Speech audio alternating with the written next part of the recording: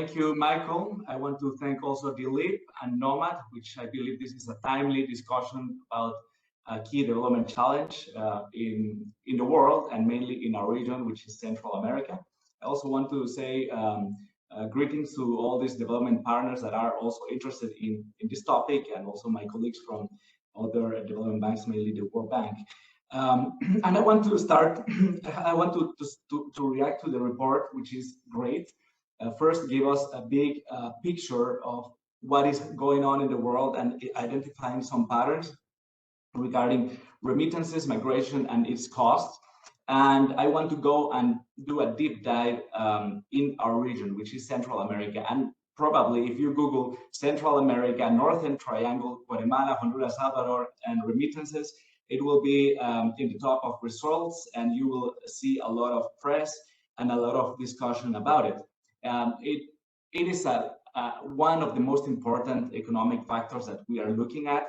We just also published a report on remittances in the region, and actually we have a lot of coincidences, and we're aligned in many of the conclusions of this report. So first, why it is important, why remittances are important in our region. If you, and I know we all know that, but I want you to zoom and deep dive in Central America. But if you will have the challenge to create a massive cash transfer program that is either big, that is focused on targeting the most vulnerable population, and that has sustainable results in the years, you will say that remittances is that program.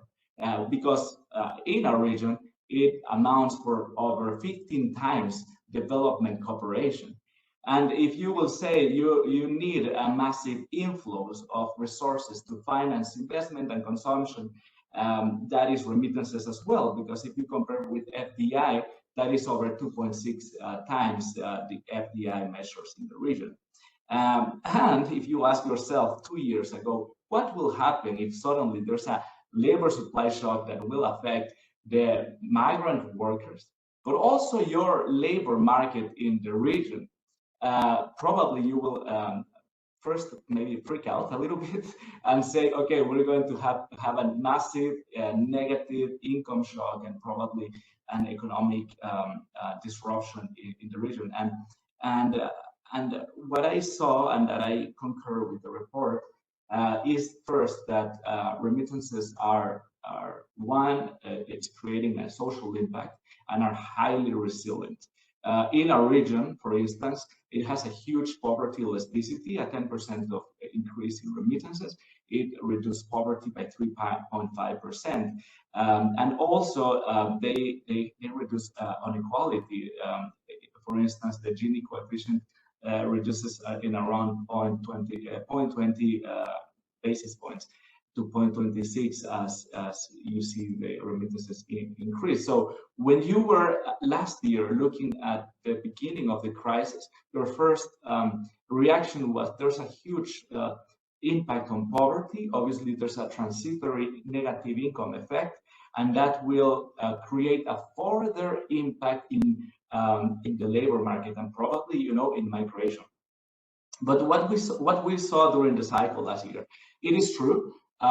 The growth was negative, for instance, up to 12, 15% in some regions. You see in the report, for instance, Salvador, that was over a negative 10%, but also they recovered faster, and it was a lead indicator of their recovery.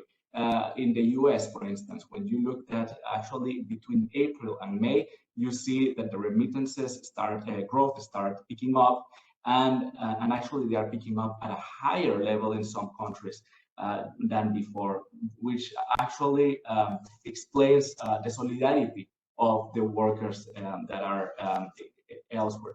Also, it also explains the migration. You know, some migration is still happening, and migration flows still happen. So, what to do and what we learn from this crisis? We learned that the gaps that we had before the COVID-19 are still persistent. And in the general buckets of intervention from CABE, the Central American Bank for Economic Integration, we are looking at 4 areas of intervention. First, how we can work through investment projects to try to catalyze what are remittances into investment and long-term investment consumption decisions from households. Second, financial inclusion. Many people talk about it here.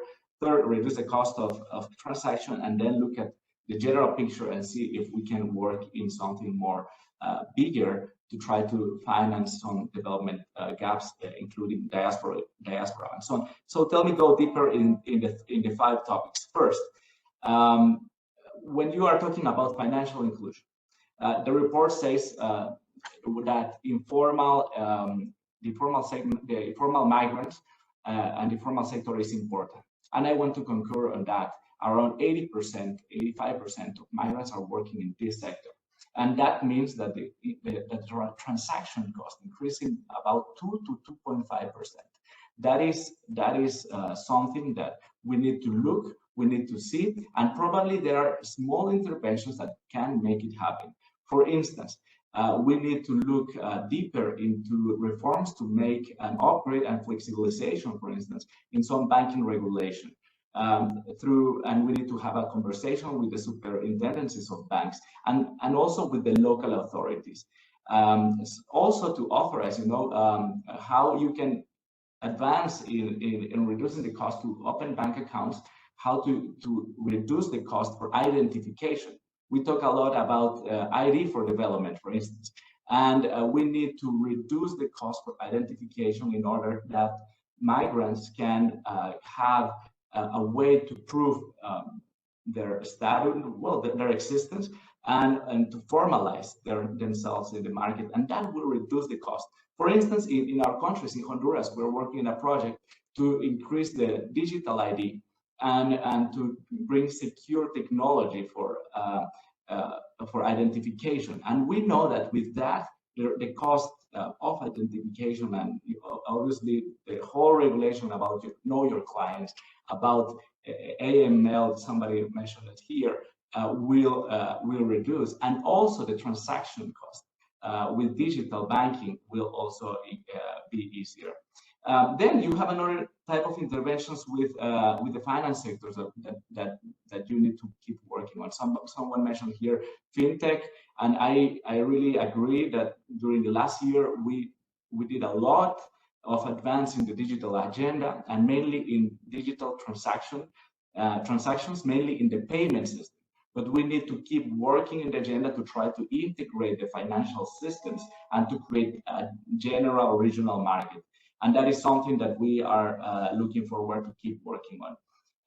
And well, finally, I already talked to you about how big the remittances inflow are at this moment, and we expect that they will keep growing as a signal of the economic recovery, but also as a signal of a phenomenon that we know that will keep going. That is migration. You know, as middle income increase, as countries become also more richer, also and also as logistics costs reduce, migration will keep going. So we need to administer that, and we need to manage that, and for that we saw other type of opportunities, such as learning and working how to do transactions such as diaspora bond that can help to reduce the gaps in infrastructure, or also how to work in how to monitor and better have an idea of the data of remittances and how we can improve on some policy decisions. And finally, let me tell you some reflections about migration. And because at the end, we are talking about the stock of workers that are in developed countries, for instance, in Central America. We're talking about the US living there and sending their remittances to the countries in the region. But that stock is growing every year. And definitely, if there is not a reducing the gap of productivity, there is that migration might keep going. And we need to keep investing in the region to reduce the infrastructure gaps and to do strategic bets to increase the productivity in the region where the migrants live, and also how to support that the remittance flow and that interaction between the migrant and the local community can translate into development outcomes. We all know that remittances goes to finance consumption and smooth consumption, but also we all know that they finance education and some level of assets, such as housing and other investments, mainly in the SME or small medium enterprise sector. So how we can work and partner together to make this a more profitable business for the domestic workers, and also how to solve the main challenges in the labor markets in the region.